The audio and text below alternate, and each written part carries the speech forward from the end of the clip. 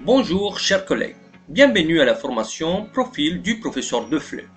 Je m'appelle Denis Rodriguez et dans cette vidéo, je vais vous proposer des différentes définitions autour de la notion de profil du professeur.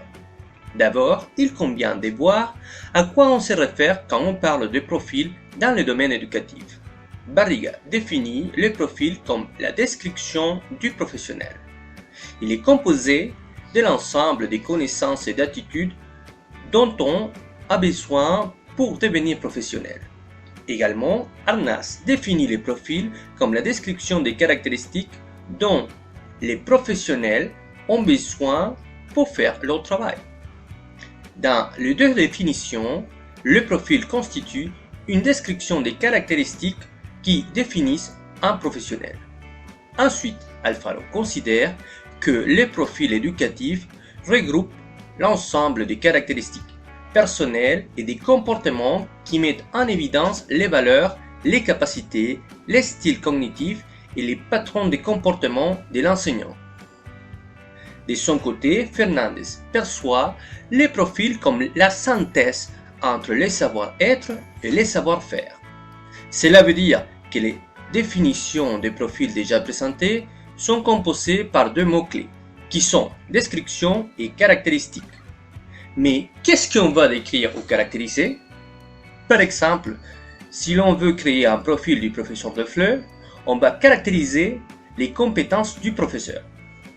D'autre part, Galvis, Fernandez et Valdivieso disent que le profil est l'ensemble des compétences dont on a besoin pour faire une activité professionnelle en concordance avec les critères de sa valeur et de sa qualité.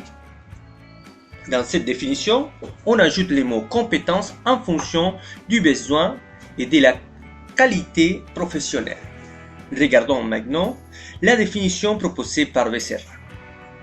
Pour l'auteur, le profil fait référence au rôle du professeur et le rôle regroupe à la fois les attributs, les valeurs, les compétences et l'éthique du professeur.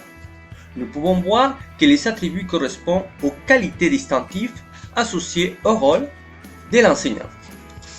Les valeurs sont les principes de caractère moral, citoyen, civique et social.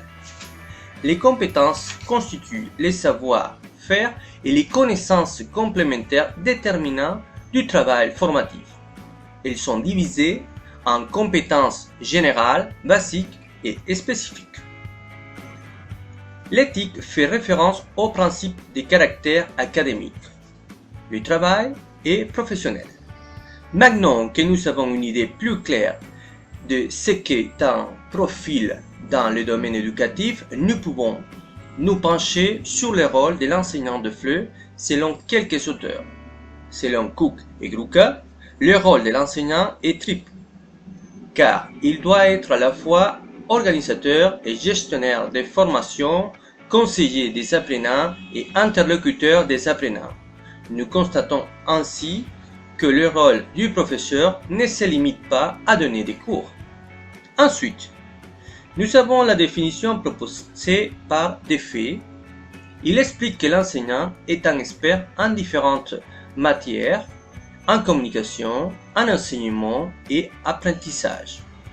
De plus, l'enseignant se propose à ses apprenants comme un modèle de différents niveaux.